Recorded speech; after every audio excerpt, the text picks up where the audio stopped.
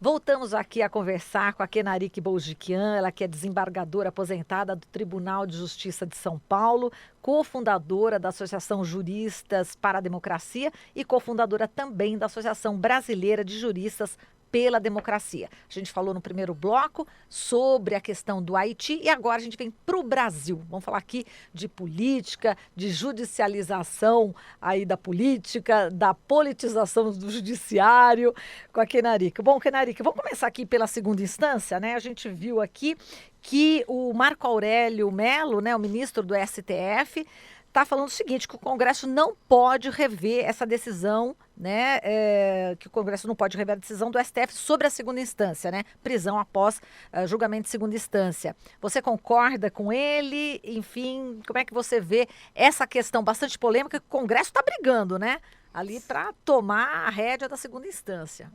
Mas o ministro Marco Aurélio, do Supremo Tribunal Federal, está absolutamente certo.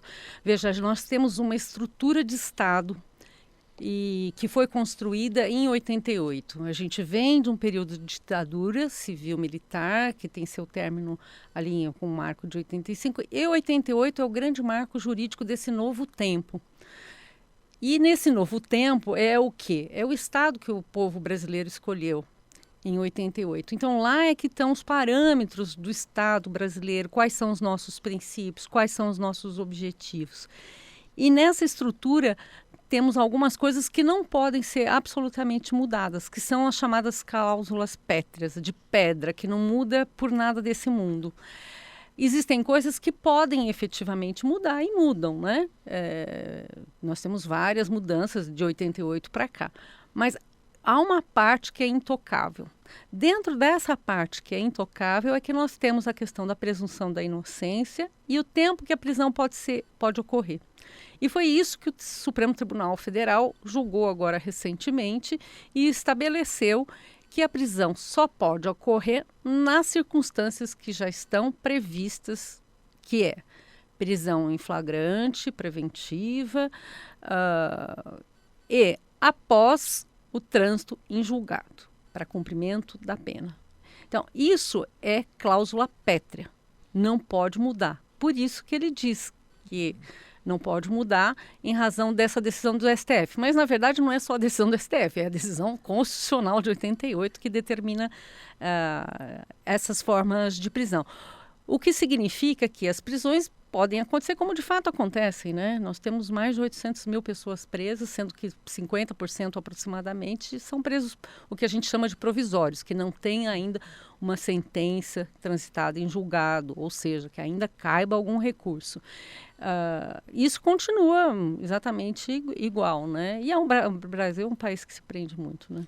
Exato. Agora, parece que no Congresso, enfim, parlamentares estão sedentos em relação a essa questão da prisão após condenação em segunda instância, por conta, principalmente, de uma liderança que é importante no Brasil, o ex-presidente Luiz Inácio Lula da Silva. Esquecendo, né, de milhares de pessoas, né, que podem ser beneficiadas com essa questão, né? Então, você vê perseguição política nesse sentido? Com certeza, ninguém é ingênuo de imaginar que aquela decisão ocorreu, aquela inicial, em razão do presidente Lula. Ninguém tem dúvida sobre isso. Não é razoável pensar que foi por uma questão de interpretação das normas que nós temos. Foi, evidentemente, para alijar uma pessoa que tem um determinado papel, como de fato aconteceu. O objetivo, se existia na época, foi alcançado, né? E é muito ruim quando se pensa em decisão de porte não pessoal para questões gerais, né? Isso não era uma questão quer dizer, que evidentemente era a situação dele, mas isso é alguma coisa que afeta o Brasil como um todo, né? O sistema como um todo. E eu considero que foi muito grave uma decisão pautada em cima de um indivíduo e não de uma tese, não do direito e não das normas, né? E o objetivo foi alcançado mesmo, porque o presidente acabou sendo preso, né?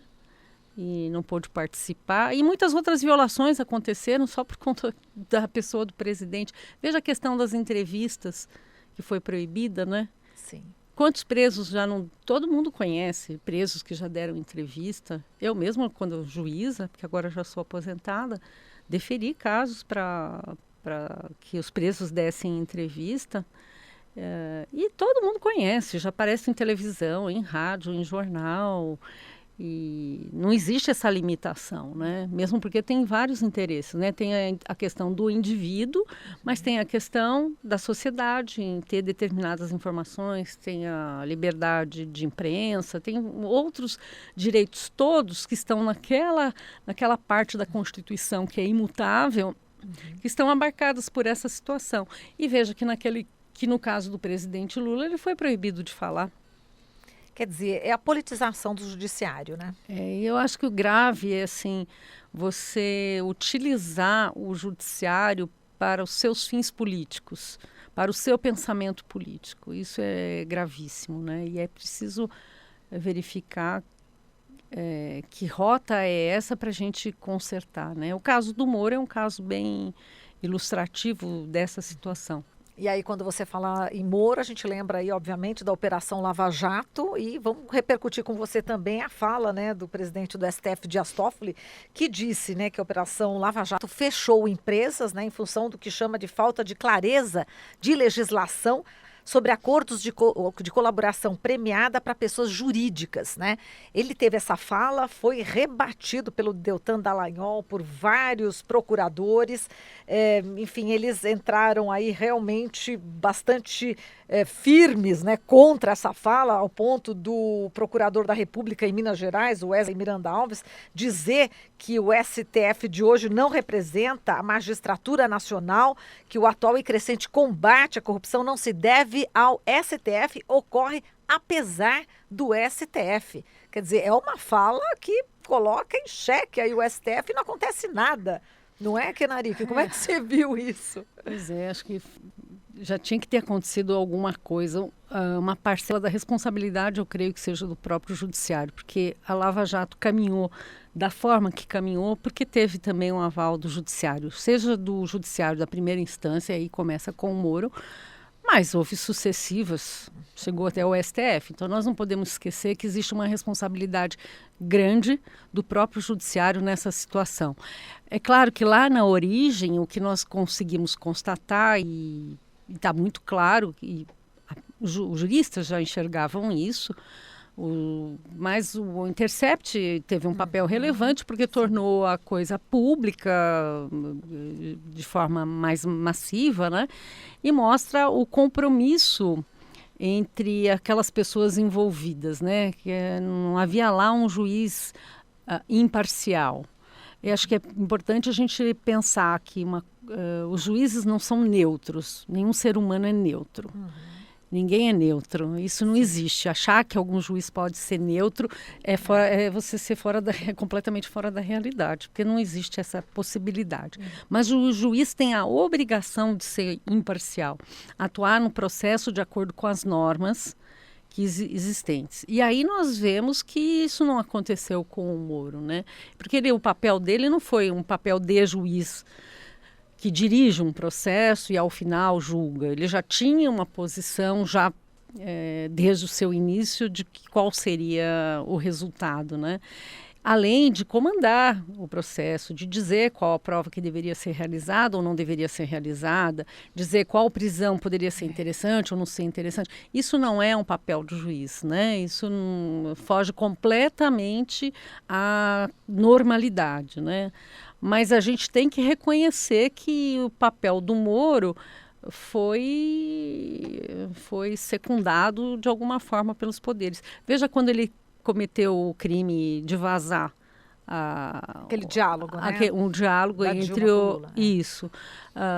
Isso é um crime e não foi feito nada. Ele era juiz ainda na época, não era ainda ministro, porque agora ele saiu, né? Então não tem mais a submissão ao CNJ, enfim.